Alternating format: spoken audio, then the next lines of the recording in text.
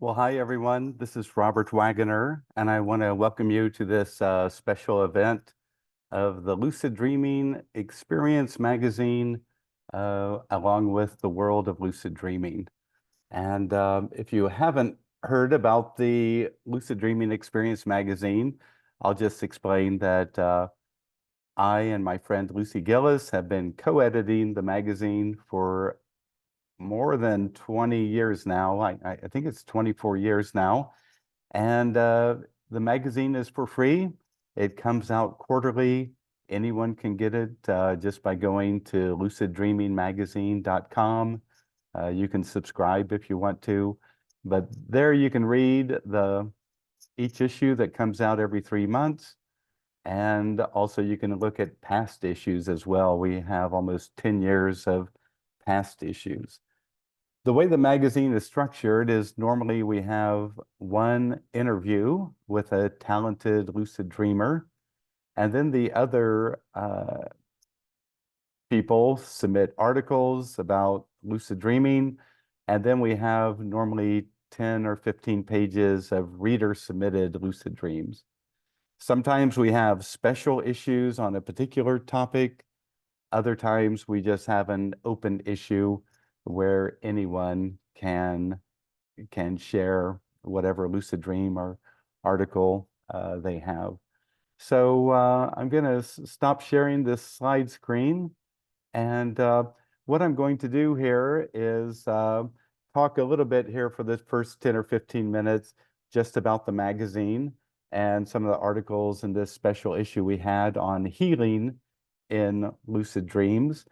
And then I'm going to open it up for questions and people to share experiences for the last 30 or 45 minutes of the talk today. So if we're okay with that, that's how we'll do it. Now, if you have questions, I want you to feel free to be able to type them into the chat, and then we'll get on to those questions. Also, we can just see how things go. And again, I want to thank everyone for being here. Also, I want to thank the world of lucid dreaming and Jake there for allowing me to do this. So if you don't mind, I'm just going to begin to kind of run through the latest edition of the Lucid Dreaming Experience Magazine. You know, I had a lot of fun interviewing this particular person in the DreamSpeak interview. Her name is Katie Love. I met her while I was conducting an 8-week course for children on how to lucid dream. And I've never had so much fun teaching a course, because the great thing is that 8 and 9 and 10-year-olds, they'll listen to the instructions and they're curious about lucid dreaming. And next week they tell you about their amazing lucid dreams. And so that's one of the beautiful things about teaching young people is they just normally go for it, and they're really sincere in their interest to have a lucid dream. So that was a lot of fun. So that's how I met Katie. Now, one thing about Katie Love, she has had a long-term interest in lucid dreaming. She taught herself as a child how to lucid dream.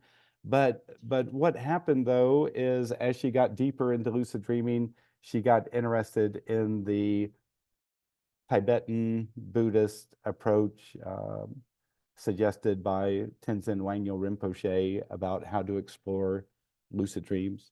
Now, you can read the whole interview. It goes on for quite a bit. One thing that was interesting for me was the number of healing lucid dreams that Katie had mentioned. And so, for example, sometimes she asked for healing for herself and woke up feeling changed. But other times, like in one example, she asked to have a healing experience with a relationship. And in that, she asked to become the person, or to step into the person who she was having the difficult relationship with. And she said that by virtue of stepping in to that other person and seeing things from their perspective, she came to understand that person's unique viewpoint, and in many respects that healed the relationship. So again, healing has very many aspects to it. There's physical healing, there's emotional healing, there's healing relationship. Sometimes in the articles, you would read people who healed issues regarding grief, grief about deceased loved ones or relatives who had passed away. But I hope you'll have a chance to read her DreamSpeak interview, because it's interesting to see her examples of healing and how important they were for her. The next article I want to bring up is one by a gentleman, Paul Chen, and his title was "How Lucid Dreaming Helped Me Heal My Fear of Ghosts and the Dark." And so this person grew up in Asia and definitely had developed a fear of ghosts and the dark as a result. Also had some interesting out-of-body experiences that frightened him. And it also helped him deal with his father's passing when he was in high school. And it's interesting to see how the lucid dreams help decrease the fear, and also the lucid dreams kind of bring about an awareness of how things work, such that you can begin to let go of things and all of a sudden begin to accept things and kind of provide you freedom. That's one thing that I noticed in my own lucid dreaming journey, is that oftentimes in lucid dreams, we stay in our comfort zone, in this area where we have no fear and we have no concerns. And so, that might involve playing in your lucid dreams or flying around or whatever it is. We just stay in the comfort zone. And oftentimes, as a result, I began to realize, as I was going deeper into lucid dreaming, that if I was going to expand this zone, I had to start to resolve my fears. And so every time in a lucid dream where something fearful appeared, or something that caused me concern or any kind of anxious feeling, instead of running away from it and instead of ignoring it, instead I would go to it. And I would go to it in the hopes of resolving that fear, either coming to understand it better, coming to understand my own beliefs and thoughts that were behind that fear, or actively working in the lucid dream to resolve the fear. And what happens as you begin to resolve fears, then your comfort zone expands, because you've resolved things and now you can explore the environment more. You can just keep on going and keep on going. And what you begin to see is that if you want to go deeply into lucid dreaming, it involves resolving fears. And finally, it involves basically adopting an attitude of fearlessness. I remember as I went deeper into lucid dreaming, sometimes I would hear a voice in the lucid dream say, "Trust, nothing to fear." Or sometimes in the lucid dream, I would see a banner floating in the sky, and it said, "Trust, nothing to fear." And so basically at that point, I began to see that, oh, my inner awareness is helping me remember that by trusting and by resolving fears, I'm expanding my comfort zone, and I'm expanding my ability to explore more deeply into lucid dreaming. So I enjoyed the article by Paul Chen about his fear of ghosts and his fears of the dark. Then there's another interesting article written by a woman who had taken one of my workshops. She's from Barcelona, Pilar Valle. She wrote an article, "Healing My Son in a Lucid Dream."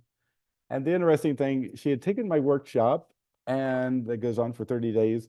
And then about 3 weeks later, her son developed a situation called epiglottis, where your throat becomes shut. It just swells such that it's hard to breathe, hard to eat. His throat was swelling shut. So they go to the doctor. The doctor says, "Oh, your son has to go to intensive care. He's probably going to be in the hospital for 2 weeks. This is really a serious case." And so they get into the hospital room, and Pili ask her son, which I recommend that people do in my workshop, if you're going to try to heal someone in a lucid dream, you should get their permission. So she asked her son, would you like me to come and try to heal you in a lucid dream? And he shakes his head, sure, yes, he'd be happy for that. So she's sleeping there in the hospital room where her son is laying in the hospital bed. And she becomes lucidly aware that night and remembers her goal is to heal her son. And it's interesting in this report, she said she just stopped in the lucid dream. She found her son there in the room. She put out her hands, and in Spanish, she said, from my hands comes a light that will heal you. And she said the interesting thing was instead of the light going to his throat, she could see light coming from her hands into his chest and torso. And she just kept sending energy and sending energy, and his upper part of his body became illuminated. She felt like she had really performed her task of sending healing energy. And she said she woke up and then she slept the rest of the night and just had regular dreams. The next day, suddenly her son was able to eat. And this was a dramatic change from the normal course of epiglottis that the doctors say take about 2 weeks. And then on the next day after that, he had a good breakfast. And now the doctor was amazed. He said, you know, your son might as well go home. But being a mom, she wanted her son to stay around for another day just to be sure that he was totally healed. And finally he went home on the 3rd day there. But it's interesting to see instead of a 14-day hospital stay, basically he was in the hospital for 3 days instead. So again, that's another interesting idea of healing others in a lucid dream. In my first book, Lucid Dreaming: Gateway to the Inner Self, I have an entire chapter on healing in lucid dreams. Some of it involves the work that Ed Kellogg has done. He's a really profound lucid dreamer and friend of mine, about examples that he gave of healing experiences. Then I give other examples from other people. I also give examples where the lucid dreamer had no success with healing. And basically, if you read those reports, you can see how the lucid dreamer, even though they were hoping to get healed, were also resistant at the same time. They were it was too hard for them to believe it was possible. Another story in this magazine is a story by Cass Coronel. This was a story that she provided the magazine, I think back in 2013. But basically, she had read my first book, and she was a DJ in London and had developed tinnitus, or ringing in the ears. And she reports that this ringing in the ears was just driving her crazy because all the time that she was awake, she would hear this ringing in her ears. She said it was just crazy. And she said she went to every doctor she could. They couldn't make any change. She took every prescription she could, didn't make a change. She just had ringing in the ears. And so finally she decided she would at least try to have lucid dreaming give lucid dreaming a chance.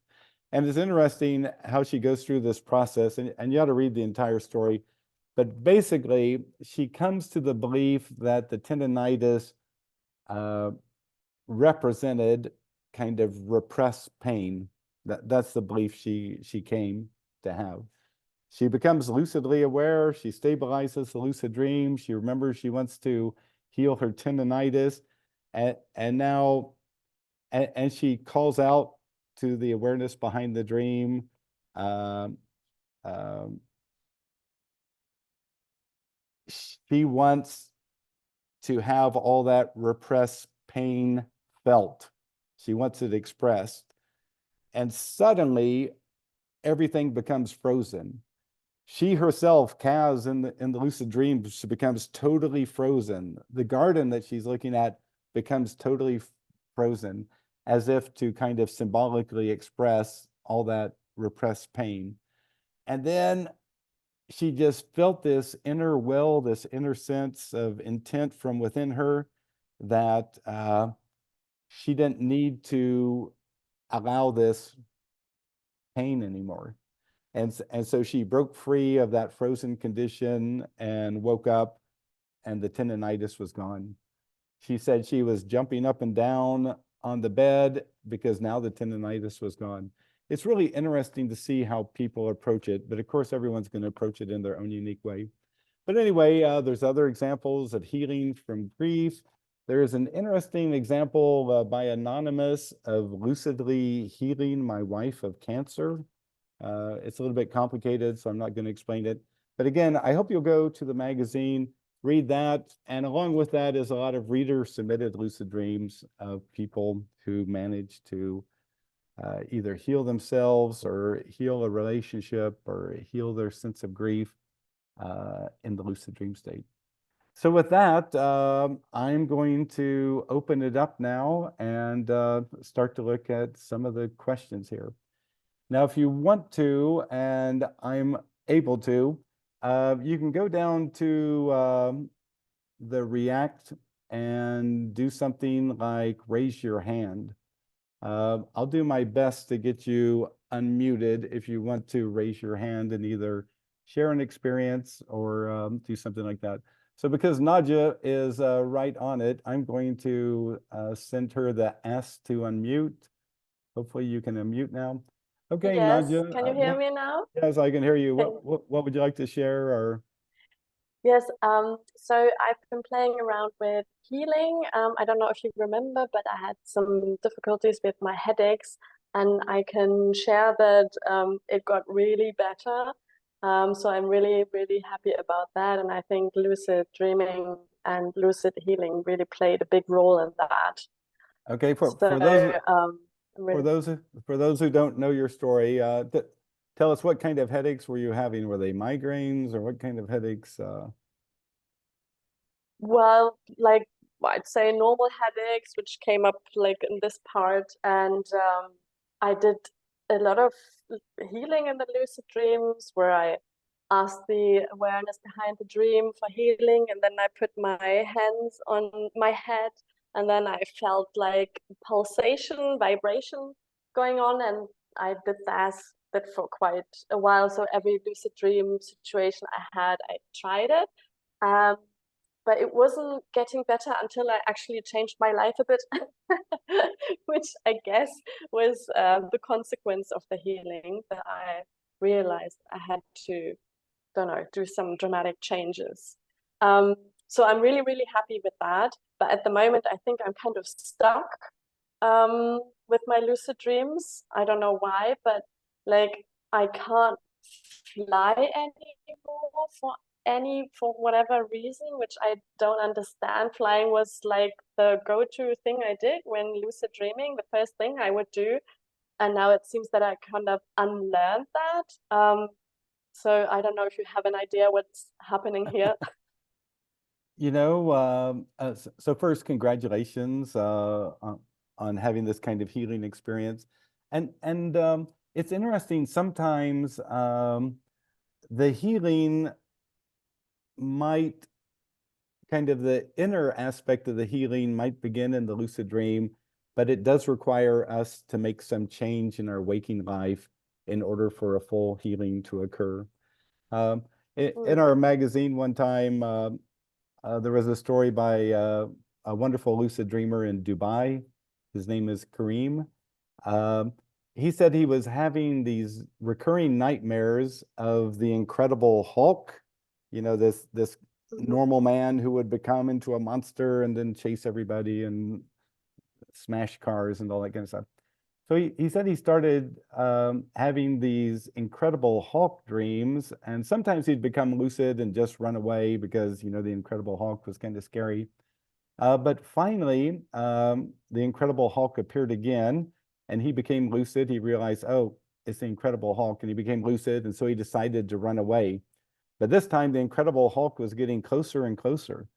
And so he called out for the awareness behind the dream, hey, awareness, please help me. And suddenly he said a purple witch appeared, a witch appeared. And this is what the witch did when he had called out for the larger awareness to help him. The witch appeared, and suddenly the witch made it so that Kareem couldn't move. And so it basically froze Kareem. I think a rope was wrapped around him by the witch. And so now the Incredible Hulk is getting closer. And now Kareem has to finally face the Incredible Hulk. And he asks it what it wants. And all of a sudden, the Incredible Hulk screams out the name of the company that Kareem works for and says, "Get me out of there. Get me out of there." And when Kareem wakes from this lucid dream, he realizes that he really has to get away from this company that he's been working for. But he says the culture is very toxic, but the reason he hadn't left already was that if he left and didn't get a job in the same field within 3 months, he would have to spend 2 years in the army of the country that he was in the Middle East, and he didn't want to do that. But after this lucid dream, he realized that in the waking reality, he had to quit his job. And so he quit his job. And thankfully, he got a job that paid him almost twice as much and resolved the issue. And the Incredible Hulk never came back. So I like how you bring up, you were able to have these lucid dreams to encourage healing, but you also realized in your waking life, you had to change your life. Now to your question about flying, it's interesting that an ability that you had suddenly seems inaccessible and is not able to access. So if this was me and my experience, first, I might think, what does flying in a lucid dream represent to me? So what's the meaning of flying? Is it freedom? Is it joy? What exactly is flying about? And then I would ask myself, in some way, am I denying that or decreasing is my relationship to that idea changing? Like, oh, now I'm a mom and I don't have enough freedom. Or now, whatever, now I've taken on this new job and so I have to deny myself joy or whatever it is. So sometimes there can be an expression that we're denying ourselves, and it shows up in a symbolic term. The other thing would be if you had had any experience where fear or concern about flying appeared, like you were flying around in a lucid dream, but got into danger because you flew into a dangerous space. And after that, now I can't fly anymore. Why is that? Well, it probably relates to the fear or the concern. Yes, thank you so much.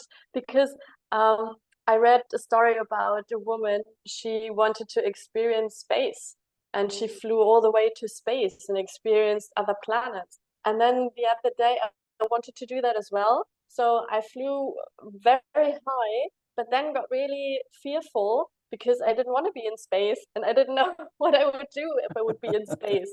So I stopped it and flew back to the ground.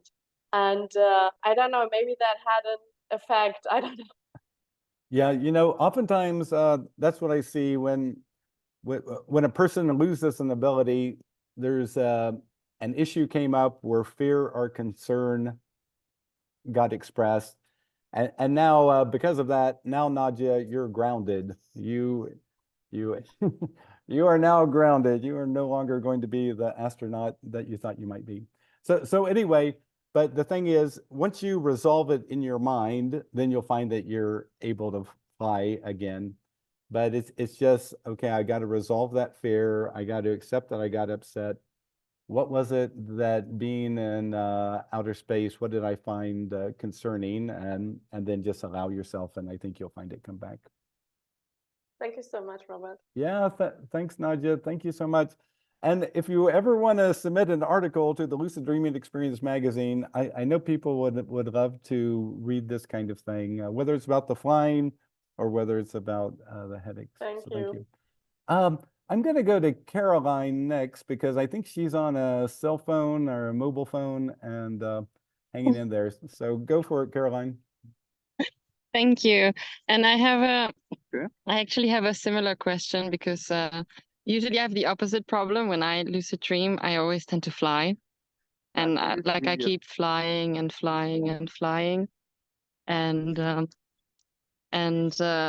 when I want to do something else, especially related to fear work, kind of what you said earlier, like facing your fears or kind of doing fear work related stuff, I always get stuck, or because I try really hard to arrive somewhere, and I do arrive there, and then suddenly the experience ends. But I never get to do anything else but having fun or feeling the freedom. Okay. So if I was you, Caroline, this is how I would approach it. First, if I was a lucid dreamer and realized, okay, I got to start resolving some of these fears. First, I would start with a simple fear. Okay. So when you think of your list of fears, let's say you have 5 fears, I would start with the easiest and the simplest one first. So maybe it's a fear of insects. Let's say it's a fear of cockroaches or something like that. If you start with the simplest one, then it's easier to achieve. Also, a lot of times people become lucid and they remember their goal, and then they feel like they have to travel someplace, like, oh, I've got to travel home now and confront my mom about, these issues and yada, yada. And to me, I say no, because in the dream space, what is space in a dream? What's time in a dream? They're not like a physical space or a physical time or whatever. So a lot of times, what helps instead is this: in the waking hours, figure out a plan that you could do in a lucid dream to resolve one of your fears. So if it's like your fear of, let's say it's a fear of cockroaches, of insects. Okay, so I'm going to think out in the waking world, how could I resolve that fear? And I would read my first book and see how people resolve fears.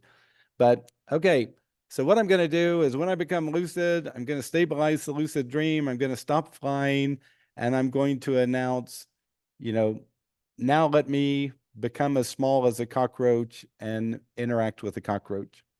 And so I remember one woman did that, and she talked to a cockroach and realized that, it's really not too bad.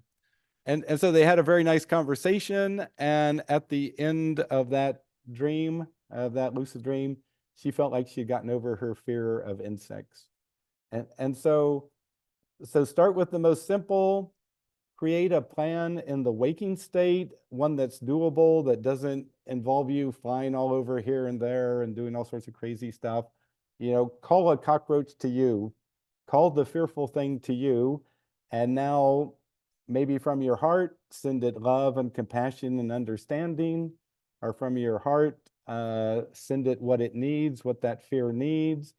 Or if it's a fearful life event, go to it, and this time see it from a more mature perspective and see all the alternative responses that you could have made. I think that's how I would approach it. What do you think, Caroline? Yeah, it sounds really good. It's just that now I'm thinking, because I'm doing I'm spending a lot of time of my day-to-day life on my fears and like how to work it out and how to. So I thought like the normal conclusion would be that in my dreams it would be easier. And then I have a lot of friends who practice this for a long time, and there's this physicist called Thomas Campbell, which he created like his park, like in a dream reality, and he said you could come there and go to the cinema and also kind of watch your life, what it would have been if you were completely fearless. And I got so hooked on the idea, and it was already like 1 or 2 years ago. And since I've been like trying, and every time I'm in my lucid dream, I'm telling myself, I want to go to the cinema, I want to go to the cinema. But every time I arrive, yeah, it's gone. So maybe it's also something I'm not ready for yet. So here's one thing I've seen about how people haven't been able to move forward. They try to do something gigantic. And to me, Thomas Campbell has a lovely idea, but becoming completely fearless is too big a step for everyone. It's like a child in kindergarten wants to become a math genius or wants to become an Einstein, and they're in kindergarten. It's just too big of a step. So I would forget the cinema of complete fearlessness, and instead I would look at the least fearful thing and think out a plan. How could I resolve this? How could I resolve Yes. this? Thank And you. again, It was more meant to have like a reference point of like what it could have been or like what would be different, just to have like more clear of an idea of what other things to work on. But I think you're Yeah. right. Maybe it's just too big. Yeah, so I would figure out what little fear do you want to start with and start with that. A fear of public speaking, a fear of anxiety in crowds, whatever it is, start there and in a lucid dream, and I think you'll see some progress. And then you'll start to see how healing works, of resolving fear works, and then you'll make better progress. So thank you. Thank you so much. Yeah, Thank fun. you. Okay, Paulo, we're going to you. We're going to ask you to unmute. Hi there. Hello, Robert. Hello, everybody. I'm very happy to be here with you. I'm very unexpected for me. I am now on offshore platform in the middle of the sea, and I received this email, and it's really fit my schedule because I'm starting my work like in 2 hours. So actually, it's blowing my mind now that I've managed to get here. I've been trying to lucid dream since 2015. I've been doing reality checks, reminders, meditations. I've managed to lucid dream maybe 10 times since that year. And last few years, I just give up. Actually, as well, I got very busy. So I've stopped with all the practice because as well I didn't have much of like results from that. I still believe that lucid dreaming is a great tool for personal spiritual development and as well physical healing myself and the anybody else. So yeah, that's why I'm here. That's probably why I received this email, and I'm working physically. I have my own business doing sports. I have as well wife, kids. So with all that, all this happening in my life, I would like to ask you for at least maybe if you can suggest one technique that I could do in my waking hours that could somehow help me. Right. So first, I want to tell everyone out there, if you want to have a hard time learning to lucid dream, I think using the approach of reality checks, the first person who came up with the idea, Paul Thole, who was a German psychotherapist, it took him 30 days of doing reality checks before he had his first lucid dream. And to me, that is just way too much effort to have one lucid dream. So reality checks, that would not be my first choice. Meditation or guided meditations, nope, takes way too long. So anyway, if you read my books, you realize how I became a lucid dreamer, which was before the scientific evidence emerged. But basically, I did this. I looked at my hands before I went to sleep. So I'm looking at the palm of my hands, and I'm telling myself, tonight in my dreams, I'll see my hands and realize I'm dreaming. Tonight in my dreams, I'll see my hands and realize I'm dreaming. Tonight in my dreams, I'll see my hands and realize I'm dreaming. And I would just go on like that for 5 minutes before I went to sleep. And on the third night of doing this practice, I'm walking through my high school and boom, my hands pop right in front of my face, and I say, oh my God, my hands, this is a dream. And I went on and had an incredible lucid dream. And so doing this practice, I would have between 1 and 4 lucid dreams a month. But the reason I like this practice for beginners, it gives you something to do and something to focus on. And if you do it right before sleep for 3 or 4 or 5 minutes, then it helps you focus on what your goal is. You're basically telling your unconscious mind that you want to play a game. You want it to show you your hands, and that'll be the prompt or the stimulus to help you become lucidly aware. So I would do something like that if I was you. Truly appreciate for this reminder. Yes, I've heard this this technique, and of course I forgot about this. I appreciate. Okay, Paulo, best wishes to you, and good luck with all that. Be well. Right. So a lucid dream is defined as realizing within a dream that you're dreaming. You see something impossible, you do something impossible, the whole context is impossible, and you realize, wait a second, this is a dream, I'm dreaming this. Oftentimes in astral events or out-of-body events, sometimes there's a bunch of humming and buzzing, and then we realize that we're seeing the bedroom from 8 feet above our bed. And so the onset of those kind of experiences, that is not realizing within a dream you're dreaming. That instead is having these weird feelings and then having your awareness be outside of the physical body. But there are some unusual cases. So sometimes I've noted that suddenly I find myself aware. Like one time I found myself aware. I'm sitting across from a Native American shaman, and for the next 10 minutes, he just keeps explaining things to me, telling me things, explaining things to me. And then after about 10 minutes, I say, wow, this is really a stable lucid dream. And he looked at me and said, this is not a lucid dream. So sometimes you have those situations where somehow you became aware, but you don't remember how. So those I kind of put in the question mark box. I'm not sure, was that a out-of-body experience or was that a lucid dream? Because I can't tell. If a lucid dream is realizing within a dream you're dreaming, then normally, you know, it started out as a normal dream, then I saw something unusual and go, oh, wow, this is a dream. I'm dreaming this. I know it's a lucid dream. But there's some of these where you're just immediately aware and lucid, and you don't know how it happened. You're just there. So there's definitely phenomenological differences between lucid dreaming and astral or out-of-body experiences. In my first book, I devote an entire chapter to the differences, but they're definitely different. Now to this issue of sleep apnea. So I'm not providing any medical advice. Everyone should consult with a medical doctor if they feel like they have sleep apnea or other sleep disorders.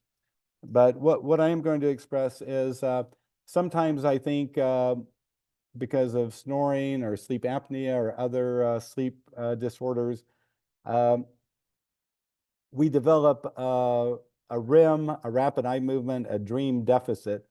And so oftentimes when we fall asleep, we immediately move into a dream. And so that's really helpful for people who like to have wake-initiated lucid dreams. If they have a REM deficit, oftentimes they immediately move into REM. And if they remember they want to become lucidly aware, then they often do. Now, a person could, of course, in their next lucid dream, send healing energy to themselves such that it would resolve their snoring and their sleep apnea and all that kind of stuff. That would be one approach to dealing with it. The other approach, of course, would be to go to your medical doctor, and if they feel that sleep apnea and CPAP equipment is appropriate, to get that. I have heard of people having wonderful lucid dreams while having a CPAP machine, you know, with them. So however you want to approach it, that's up to you. Again, I'm not giving any medical guidance here. It's just how you want to go forward with it. I see that Oleg also had a question. So Oleg, are you with us? Yeah. Yes, yes. Are you Okay. hearing me? Yeah, I can hear you. Please go ahead. I would like to have some small comment about not last but previous speaker, and I would like your thought about this.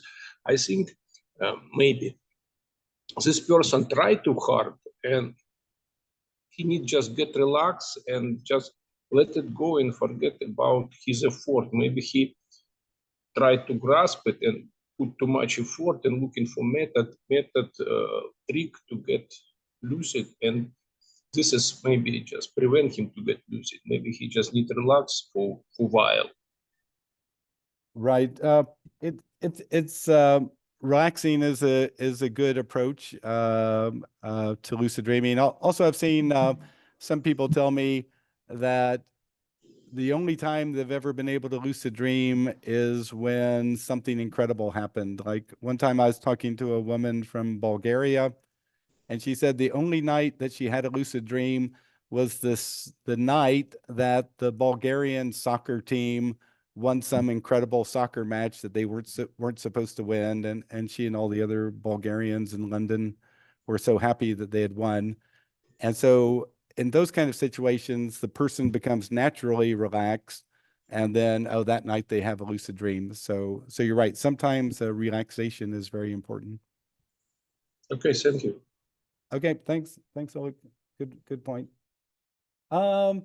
So I'm gonna scoot through the chat questions here. We had John ask or mention, recently while falling asleep, I clearly heard a voice call out my name.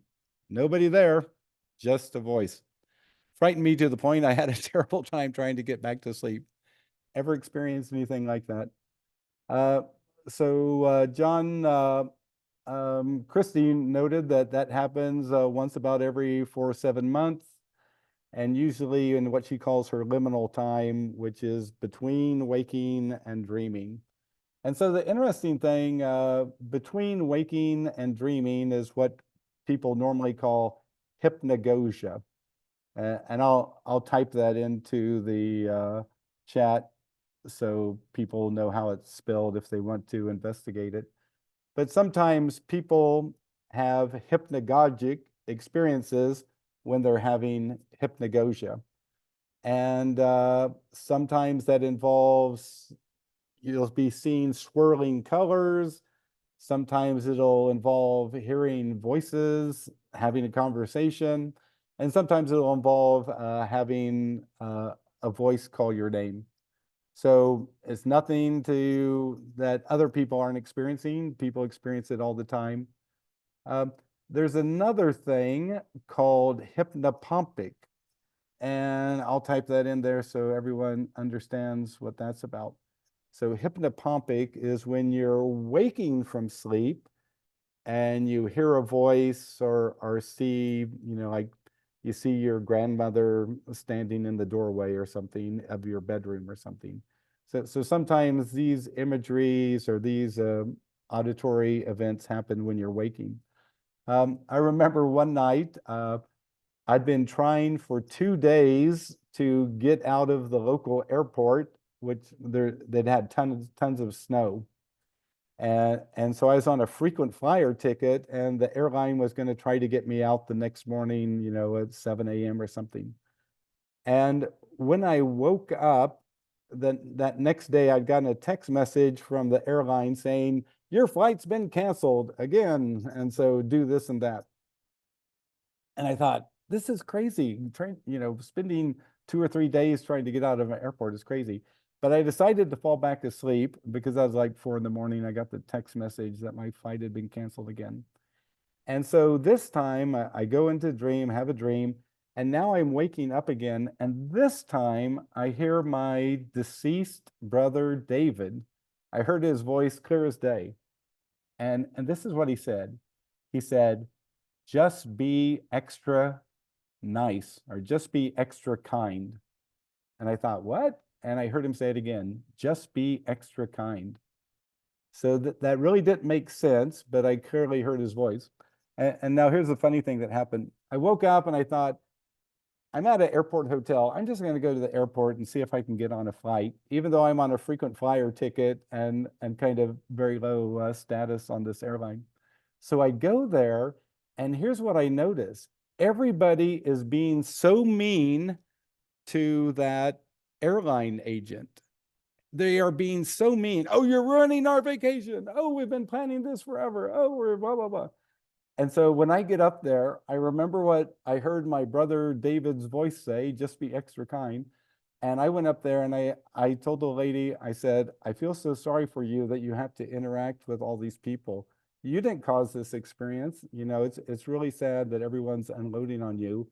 I was wondering if there's any possible way that I could get to Charlotte, North Carolina. And she sat there for 5 minutes doing all this typing, and then she hands me 3 tickets, and I get to my meeting 30 minutes late. It was like, oh my God. But I never would have done that if I hadn't heard my brother's voice say, just be extra kind. So again, I wouldn't be freaked out if I heard a voice. I mean, if I heard a voice, okay, I heard a voice. What's there to be freaked out about? But sometimes people have beliefs, you know, that make them get freaked out. So I want to tell you, I've had a number of experiences like you're mentioning, and normally I would say that it's, if you'll allow it to be and not stop it out of fear, then you'll realize it's for the good. It's helpful. But if you get all freaked out, then of course you won't be able to sleep. So thanks. Okay, Stefan wrote, hi, Robert, thank you for the opportunity. I had 6 lucid dreams. All of a sudden it stopped, and I haven't had any lucid dreams for the last 8 months. I've tried everything possible, but nothing has worked. So he goes on, do you think hypnosis might help? Or can you think of anything else that could be my problem, or what I could do to change this? So, Stefan, I want you to think about what I talked to about Nadja. So Nadja and I went back to her last lucid dream that involves some fear of space, because she decided to do something huge. She decided to go into outer space. And once she got out to outer space, well, it wasn't quite as wonderful an experience as what she had imagined, and she developed a little bit of fear and concern about it.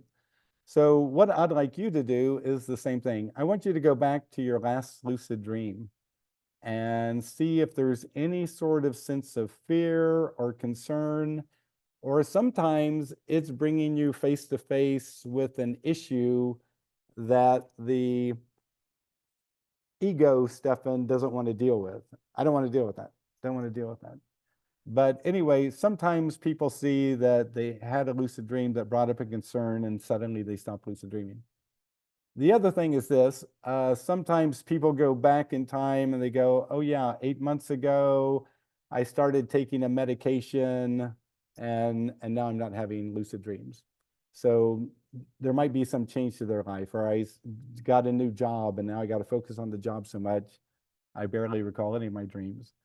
I remember one time I was giving a workshop in Ireland. A guy told me he hadn't lucid dreamed in a year and a half. He used to have lucid dream all the time. I told him, what happened to you a year and a half ago? You know, did you have a negative lucid dream or something like that?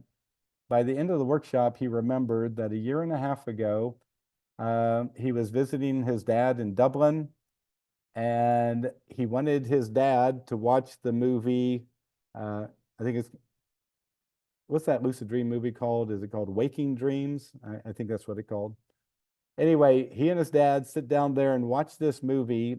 And at the end of it, his dad, who he loves more than anything, turns to him and says, what a bunch of rubbish. What a stupid thing. I can't believe anyone would spend any time on this. What a bunch of rubbish. And he said at the end of the workshop, he realized that because his dad had said lucid dreaming was such a waste of time, after that, he stopped having lucid dreams, and that's what the issue was. So sometimes it can be life changes. It can be, oh, now I'm on a new medication. It can be someone trash talking lucid dreams, or sometimes it can have to do with personal fear or personal concern. Now, to your question, do you think hypnosis might help? Yes, I think hypnosis might help.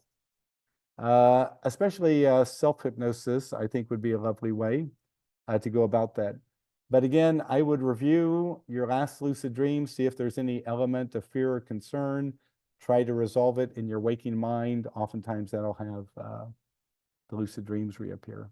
So anyway, Stefan, good luck with that. Thank you. Yeah, and the movie was Waking Life by Linklater. Yeah. And it wasn't Inception, but it was Waking Life. Anyway. Okay, so again, the interesting thing about lucid dreaming is, as I've gone deeper into lucid dreaming, I see how much your state of mind is involved. Oleg brought up the idea of relaxing. And one thing I noticed spontaneously about lucid dreaming is around the Christmas holidays, when I get 2 weeks to relax, suddenly my lucid dreams increase quite a bit. They'll double or triple. And that makes me realize, oh, during my normal life, we always have to get up at 6 a.m. and my wife has to get to work and all that kind of stuff. And I'm not as nearly relaxed as I am at the Christmas holidays, when I don't have any appointments, don't have anything I have to do other than get together with family and all of that. So sometimes for some of us, what we need in order to lucid dream, like Oleg mentioned, is change our lifestyle a little bit so that we're more relaxed and not as involved in things. Other things I've realized too is sometimes my lucid dreams pointed out to me, sometimes I'd have limiting beliefs that would keep me from growing. And so sometimes if you have a belief, like I had one gentleman join my 30-day online lucid dreaming class, and he told me his belief was that he would have one lucid dream a month. And you know what? That month he had one lucid dream. And so oftentimes, we see this in psychology a lot. We get what we expect. If, they've done studies on this in psychology where, like, they've told a teacher of young children, oh, we're giving you all the best students. And what happens to those students that year? Their academic performance accelerates because the teacher expected them to do well, and the teacher really pushed them along. Then they gave another teacher in the school, oh, we're giving you the most difficult children, the ones that are least likely to succeed. And what does that teacher do? Dumbs down the lessons, reduces everything. When the kids seem upset or, disinterested in the work or whatever, she just says, oh, these kids can't learn very well. And they told me that at the beginning. And of course, those students who were all, average students altogether, their abilities decline. So we have expectation is a big issue in our psyche. And that's why sometimes when I work with people on lucid dreaming, the issue is your beliefs. If you believe that a pill is going to do it for you, then you should go get a pill and take it before you go to sleep. If you believe in supplements and herbs and all that kind of stuff, because your belief in it is so powerful, it doesn't matter if it's a placebo, it'll just work. It'll work for you. I remember my friend Ed Kellogg, he has a PhD in biochemistry. He decided to see whether the effect of this one supplement that people talk about was due to the supplement itself or just due to placebo. And so what he did, he got 20 pill capsules, and in 10 of them, he put the supplement that everyone said, oh, this will help you have lucid dreams. Then in the other 10 empty capsules, pill capsules, he put in, I don't know, cornstarch or whatever people put in the placebos. And then he numbered them all. Okay, this is pill number 1, this is pill number 2, and stuff. he gave this all to his friend, and he said, whenever I ask you for a pill, choose one of these, write down which one you gave me on that night, but don't tell me if it's the placebo or the active ingredient pill. Just give it to me. And at the end of his self-analysis, he realized he had more lucid dreams when given the placebo than he did when he was given the active ingredient. And he said the thing that really surprised him on those nights when he took the placebo pill, of course he didn't know it was the placebo pill, he had all the symptoms that people have when they take the supplement. And so again, it just shows the importance of belief and expectation. You know, if you believe that something will work for you, well, there's a good chance it will work for you. If you believe it's going to be hard or difficult or whatever, you know, then it's going to be hard or difficult. And that's exactly what you see in a lucid dream. If I believe it's easy to fly through this wall in a lucid dream, I'll fly through the wall. But if I believe I'm going to have trouble, I'll bounce off the wall, even though I know it's a dream wall in my lucid dream. So again, we see in lucid dreaming that beliefs and expectations really matter. And our belief and expectation help to create our experience. We see that in lucid dreams. But what I want people to realize is there's a lot of psychological studies that show the same thing. If we believe something, if we expect it to work, then it indeed will work. There's a wonderful study where doctors, and I'm talking about professional medical doctors in professional medical establishments, did fake work on people's knees to improve their knee performance, to see what would happen. And you know what? They had a control group of people who received no surgery, and then they had the other group that received normal knee replacement surgery. Which group improved the most? The group who had the fake knee surgery. You know, the doctors came in, they medicated the person, they acted like they were doing all this, that, and the other. You know, they might have cut the skin a little bit, so there's a little bit of a thing. But then they told the person, oh, this was such a successful operation, and we know you're going to be doing so much better. And what happened? Those people did the best of everyone. So again, you can't look at lucid dreaming or the experience of lucid dreaming or how to have a lucid dream even without looking at your own beliefs and your own expectations. But that's why examining yourself is sometimes the best way to approach lucid dreaming. So anyway, but I see we've come to the hour, and again, I just want to thank Jake Thompson at World of Lucid Dreaming for inviting me to speak today. I do want to encourage everyone who has an interest in lucid dreams or healing lucid dreams. If you have an interest in healing lucid dreams, you should read this last free online issue at luciddreamingmagazine.com and check it out. Also, you can go there and click on other issues where you can read other interviews, other articles about lucid dreaming. It's all available for free. It's a public service that we do for everyone. So what I'll hope to do is here in about 4, 5, 6 weeks, again, come on the World of Lucid Dreaming and do this again. If people have general questions or something, you can always go to any of my websites and submit a general question. And even better, sometimes people who read my book tell me how incredible, life-changing it was to read my books and to see how to take lucid dreaming deeper and all the potential benefits of lucid dreaming. So if you've never had a chance to read one of my books, I hope you'll consider doing that. But again, I want to thank everyone for being here today, and best wishes as you head into the dream state. So thanks again. Adios.